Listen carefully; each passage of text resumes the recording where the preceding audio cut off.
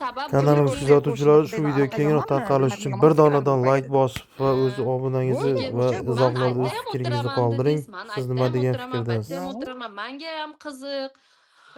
Oxirini men ham kutyapman dedingiz. Javobgar jinoyatchilar javobgar bo'lishi kerak agar bo'lsa dedingiz. Siz umuman agar shundan ham fitna qilishgan bo'lsa, bilmayman qanaqa xudo urgan bandalar. Hammani Oxiri o'ziga zamon insof bersin. kelyapti ekanda demak.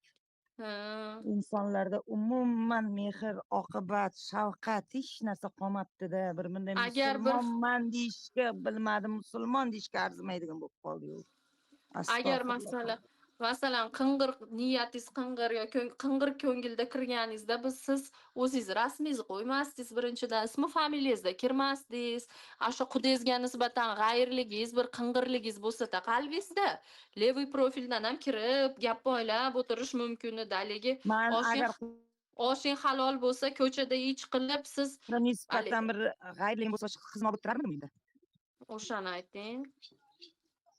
Mayli, endi Qizini olib o'tirardimmi? Hozir agar g'ayrligim bo'lganda, hozir o'g'lim mana 24 ga to'ladi. Hozir bitta deganda yana bitta qiz bolani olib beraman-da masalan.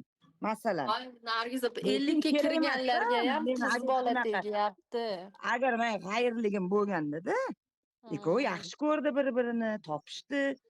Uylanaman dedi. "O bolam, yashaydigan sensan" dedim. Men dedim unga, men har doim aytganman, men surishtirmayman ham, millatini ham yashaydigan sensan bolam, orqamdan qoladigan sensan. Xohlagan millatingga uylandim, men oldindan aytib kelganman shu bolamga.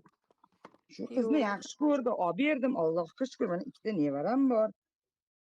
Lekin ishonasiz, mana hozir o'tiribman, juda ham bir anaqa shunaqa odatim bor-da.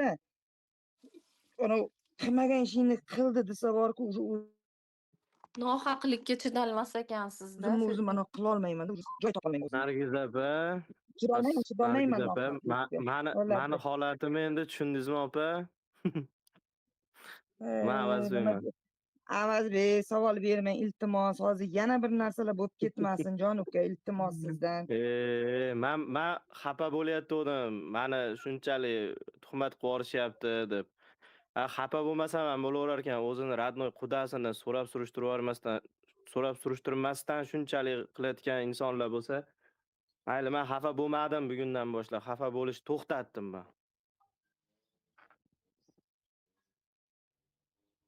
Shunaqa, ishonasizmi, hozir dilim bor-ku, to'lib ketyapti, bor-ku, men vaqti chidolmayapman bunaqa narsaga, bor-ku, buni kim yetkazishi mumkin deyapman-da bunaqa narsani. Shuni ayting. Bitta shu sinfdoshim Milliy va Tursunoy degan o'tirasizlarda. Chunki sizlar bilan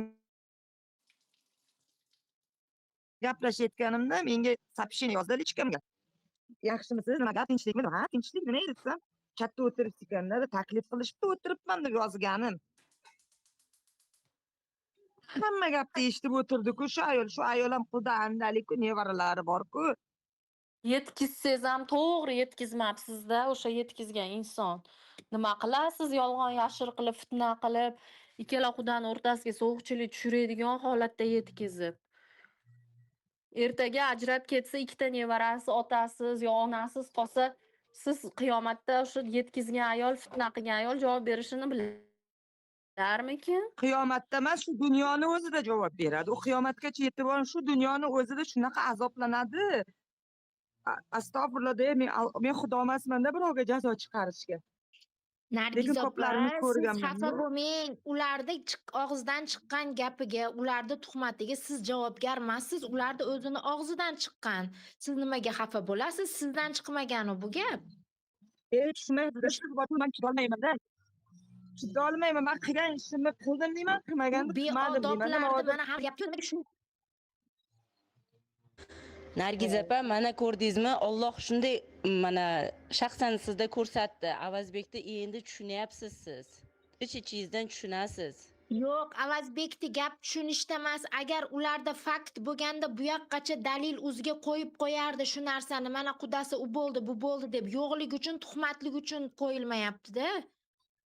Nargiz opa, mana shu arzimaydi. Farzandlari mana gapida, mana golosini mana eshitdim. Mani farzandlarim hozir sinovda. Mani farzandlarimga ham sinov kelgan, lekin men hamma hayotimdagi narsani aytavermayman deydi. Shunga qaraganda men shaxsan tushundim, farzandlarining ham hayoti yaxshi emas. Men shunaqa ayolman, hech qachon uyimda yaxshi kun bo'ladimi, yomon kun bo'ladimi, ularni o'rtasida bo'ladi endi har xil vaziyat. Lekin hech qachon men ko'chaga chiqib bunaqa gaplarni gapirmaganman, gapiradigan ayol emasman-da. Chunki uzoqda o'ylayman. Ertaga yana baribir bular yaxshi bo'lib, yana qudamda birga yaxshi bo'lib ketamiz deb, ana shunaqa narsalarni o'ylab ish qiladigan ayolman-da men, bilasizmi? Endi o'zi yo'qni ko'zi yo'q-ku. Qani sizdan qo'shnim bo'lganingizda yo mahalladoshim bo'lganingizda, siz hozir qo'l ko'tarasiz, to'g'ri aytyapti shu ayol. Biz bilamiz shu ayol qanaqaligini dirdi-da.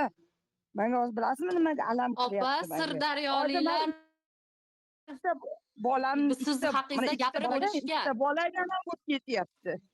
Men o'shalarga ham bo'lib ketyapman. O'rtada mana hozir ikkita yosh bir-birini g'ijir-g'ijir bo'ladi. O'rtada mana ikkita go'dak sarson bo'ladi. Kimga foyda, kimga zararli? Kimga foyda? Men mana ikkita go'dak to'ylayman. O'zim mana otam rahmatli bo'lib ketgan 12 yoshdan ikkita ukam bilan onam bilan qolganmiz. Biz o'zimiz yaxshi kun ko'rmadik. Biz to oyoqqa turgancha bechora onam bor-ku, uchovimiz. Allohga shukr, ikkala ukam ham Allohga shukr Sirdaryoda o'ziga yarasha hurmati bor. Lekin men xohlamayman ertaga bor-ku, mana ikkita go'dak ikki tomonda sudralib yurishini. Tim bo'lib qiz bola bular, haddamay voyaga yetadi, haddamay.